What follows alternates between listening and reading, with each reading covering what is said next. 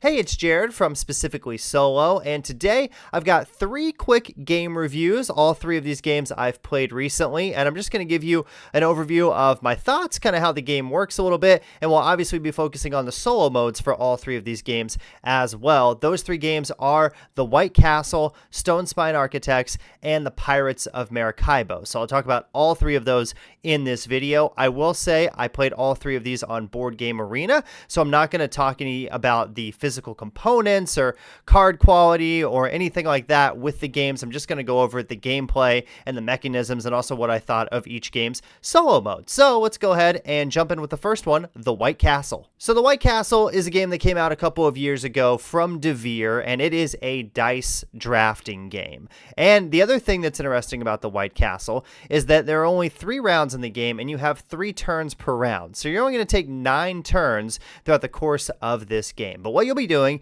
is you'll be taking these dice. There are 3 different colors. There's red, white, and black, and you're going to be placing them on various spots on the board to be able to take actions. And you're trying to get the most victory points. That's the goal in this game. But what you're really trying to do is create a really nice action chain or a lot of combos, because when you place a die down on a particular spot, that's going to let you take an action, which may in turn trigger another action, which may let you do something else on your turn. So the more combos that you can create and the more chains that you can create, the better you're going to do in this game. So if you're somebody that enjoys that mechanism in games, I think you would really like the White Castle. It reminded me a little bit of Hadrian's Wall, which is one of my favorite solo games, in the fact in that game where you have these meeples that are workers and you're using them to take actions, and then that might trigger another action, you might get another worker, and so forth throughout the course of the game. This felt a lot like that in terms of chaining those actions together and trying to get the best turn possible, because your turns are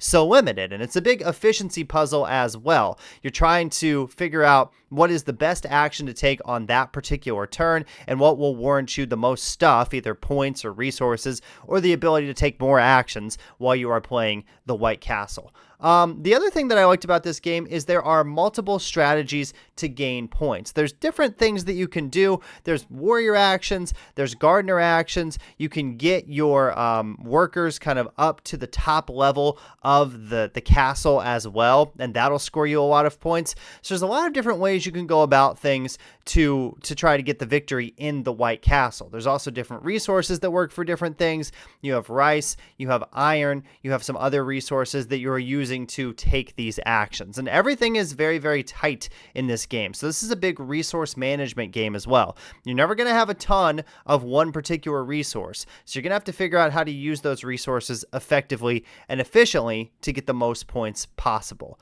Overall, I did really enjoy this game. I think from a design perspective, it's very well done. It's from the same designers that did the Red Cathedral. That's a really enjoyable game as well.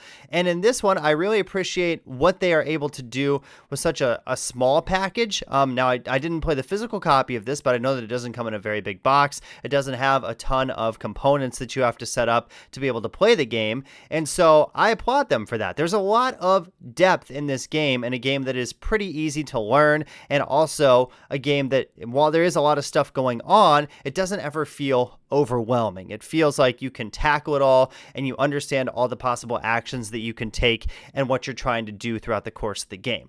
Now, I will say with this game, I did have some issues with the solo mode. So the solo mode in this game felt like it was way too overpowered. I've played this a couple of times, obviously, for this review, and every time I played, the solo mode was just like crushing me. And I know that I'm not good at the game yet, because the more you play, the better you get at the game, but it feels like the solo mode was able to do things that I wasn't able to do, and when that happens in solo modes, I'm not particularly a fan of that. When the solo mode can kind of cheat the rules, bend the rules, I know they have to do that a little bit to be able to make up for the fact that you're not playing against a real person, but it felt like to the over extreme in the White Castle. I mean, they were just scoring so many more points than me that the games weren't even close. No matter what I did, no matter what strategies I tried, it always felt like the solo mode was more powerful and was able to do better than I was throughout the course of the game.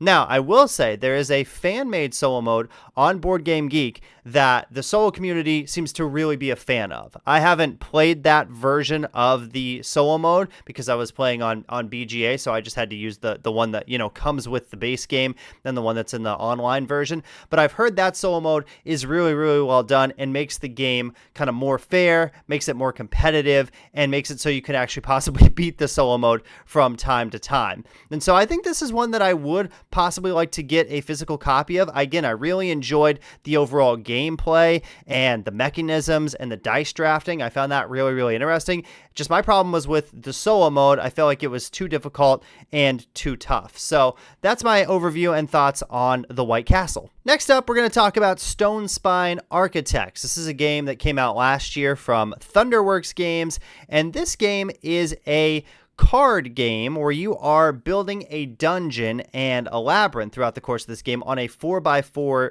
grid. So you're going to fill up that grid completely by the end of the game, and what you're trying to do is accomplish different goals. So you might have certain types of terrain like stone or dirt that want to go on certain spaces. You want to try to make sure that you have paths for the entrance and the exit of your dungeon. You'll score more points for that. You have other things that you might have to have in your dungeon, like traps or monsters, or there's like these blob things that you might be trying to get. It just depends on the goals for every game.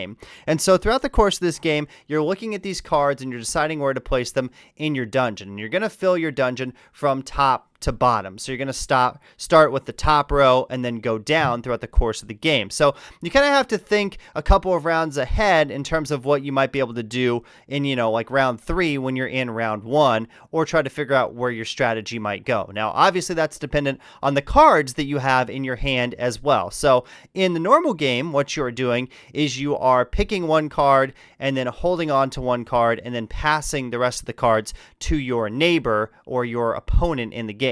In the solo mode for the game, what you're going to do is place down one card, hold back one card for the next turn, and then the solo mode is going to get any cards that have the same color banner on them. So that's another thing that you have to focus on when you're playing against the solo opponent, is which cards do you want to give it and which cards do you want to keep. This is a really fast game as well. It plays in like 15 to 20 minutes. But again, there's a lot of depth and there's a lot of strategy here. And every single game is going to be different in terms of how your dungeon is laid out and designed. It's just going to depend on what cards you have, what goals you are trying to go for. There is a common goal that you will score at the end of the game, you and the solo mode. But there are also goals that you can pick up throughout the course of the game. So at the end of each round, any money that you've accumulated during that round, you're going to spend that basically in a market. So you're going to maybe buy more stuff to add to your dungeon, or you're going to buy goals that will score you victory points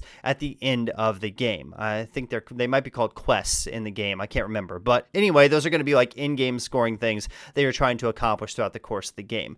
I think in terms of all 3 of these games, this solo mode was my favorite of the 3 solo modes that I encountered between the White Castle, this, and Pirates of Maracaibo, which I'll talk about here in just a few minutes. The things that I really liked about this solo mode is that I had to figure out what I was going to give the solo mode in terms of which cards I was discarding from my hands. So, like I said just a minute ago, you not only have to worry about what you're doing, you have to worry about what the solo mode is going to score based on the cards that you give it. I also feel like it simulates a multiplayer game very well. It did feel like an actual opponent, even though it wasn't building up its dungeon or doing all that. It was still scoring points. It was still getting monsters, getting some other different things throughout the course of the game that I had to keep an eye on, because the goal might be, have the most blobs in your dungeon. And so you have to kind of keep an eye on how many the solo mode has and how many you have throughout the course of the game. So that was really, really well done. It was also a very little management for the solo mode. Obviously, I played this on BGA, but looking through the rules and looking how the solo mode would work in the physical game, it's very, very easy to manage and operate. It doesn't require much at all to keep up with, and its turns are very fast, so you're right back to your turn. And it also really uses the market in an interesting way as well. So once you get below a certain number of coins that you have have left, the solo mode is going to take things from the market, and it will show you on the card for that round where it's going to take those items from. There's basically 4 spots in the market area that it could possibly grab something from. So you know going in where it's going to take stuff from. It's just, do you want it to take that, or do you want to put that in your dungeon and gain it for yourself? It also tells you how it deals with those challenge cards and those goal cards. Hey, we'll take the lowest numbered one and add that, and it will score points for that at the end of the game based on how many things it possibly had in its collection of stuff that it's gathered throughout the course of the game. I really like all the different goals and the strategies that are here in this game. There's lots of different goal cards. There's lots of different ways, like I said earlier, that your dungeon could be set up. And so it's going to feel different every single game. This was a really enjoyable one as well. And this features card drafting and like card placement and things, which is something that I usually don't love a ton in games, but I really enjoyed it here. I thought it was really, really well done. Very well designed, very interesting to play. I played this one a lot, and I kept coming back to it because I just thought it was so much fun, and it was so quick and so fast. So if you're looking for something that takes like 15 to 20 minutes, you still want a really enjoyable experience. If you like the ability to kind of like build out your dungeon, and you like, maybe mazes or designing pathways or trying to figure out the best path, things like that, this game is definitely going to be for you, and you're going to love this game. So that's Stonespine Architects from Thunderworks Games. Okay, the final one I'm going to talk about today is Pirates of Maracaibo. This came out a few years ago as well.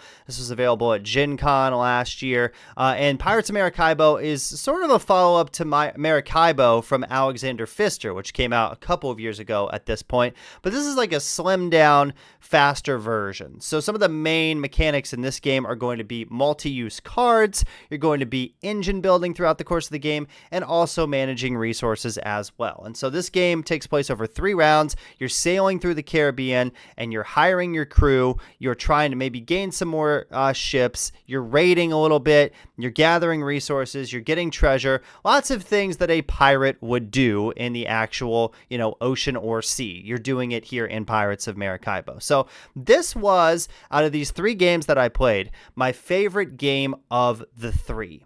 I really, really enjoyed this. And this is coming from somebody who doesn't love the original Maracaibo. I still own it. I still have this thought that I'm going to get it played and back to the table sometime.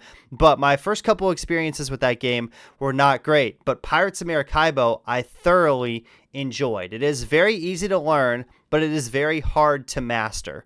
The solo mode in this, which I'll talk about more in just a few minutes, felt very competitive. The scoring was very close every time that I played this game, and so I'll talk about that a little bit more in just a few. But some of the things that I really enjoyed about Pirates of Maracaibo are all the different areas that you have to manage when you are playing this game. You're trying to gather treasure. You're trying to gain crew members and maybe other items that will help you along the way. And all of those cards work differently. Some of them are going to give you advantages during the game. Some of them are going to be in-game scoring. And then you also have these goals that you're trying to achieve, which felt very manageable if you focused on them, and these challenges that you're trying to meet.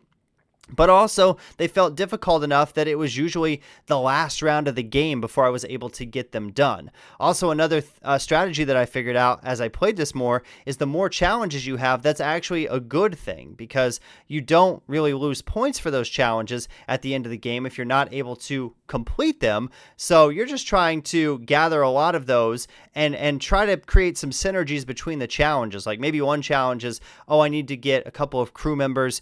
Maybe I need 3 crew members. And then maybe this other challenge is I need 2 crew members, but I need to cross 1 river on the exploration board. So you can find things that kind of work together and bounce off of each other to get you more points. I also really liked the sailing aspect in this game. You're basically setting out these rows of cards, and you can sail to the next row, like a max of 3 spaces, but you have to keep going forward. So that's another area of strategy in this game, especially between you and the solo mode. So you could say, I'm going to kind of zoom along here and go really fast to the end, and that's going to get you more points at the end of the round, but is going to let you take less actions throughout the course of that round. So you're constantly kind of watching the solo mode and trying to see where it's at and keep up with it in a sense, but also making sure you get done what you want to get done in that round. It's also a game that requires some planning before you start the round, which I like, because you know you're only going to have like 3 or 4 turns. And so I felt like you're trying to figure out, okay, I need to go this space, I need to go that space, I need to get to this space. Those are like the 3 or 4 things that I want to get done this round. And unlike the White Castle, which I talked about earlier, it felt like this one, even though you're still not getting a ton of turns in a round, it felt way more open, and your decisions, you had a lot more options to figure out where you wanted to go and what you wanted to do. There's multiple strategies to victory. You can kind of go hard on the ship upgrades and try to make that an option for you. You can try to go hard on your challenges. You can explore a lot with your little meeple on the exploration board and get a lot of points that way. So there's lots and lots of different strategies in this game in Pirates of Maracaibo. Also, the other thing is there's lots of little modules that you can throw in too to switch it up and change the experience. There's some where you can have some of the cards like flipped over on their backside, so you can't see what they are until you get there. And there's other things that you can add into the game as well once you kind of understand the game and you know what you're doing. And you can add those in too on Board Game Arena. So if you don't have the physical version of this, you can just flip a switch and it'll turn those modules on and off. But there's really a lot that went into this game, and I feel like this is like a better designed game than Maracaibo. I really like this version of it. It feels like I've got a lot of stuff from the original Maracaibo in here, but in an easier to understand package, a faster game for sure, one that doesn't take as much time, would not take as much space up on a table either. Those are all aspects that I really enjoyed about this game. And so the solo mode for this game, this was, probably my second favorite solo mode of these 3 of Stonespine Architects, White Castle, and Pirates of Maracaibo. And it's a fine solo mode. There's nothing wrong with the solo mode. I just thought the solo mode in Stonespine Architects was like so good and kind of unique, and really you had to think about it a lot without doing a lot of management. This one is, ones that you see a lot if you're a solo player. It's you flip a card over, you do that particular action. If you can't do that one, you just kind of keep going down the list until you get one that you can perform. And the scoring, like I said earlier, is really close to the player, so it's very well balanced. I found the scores very, very similar. The solo mode might win by 6 or 7 points one game. I might win by 4 or 5 points the next game.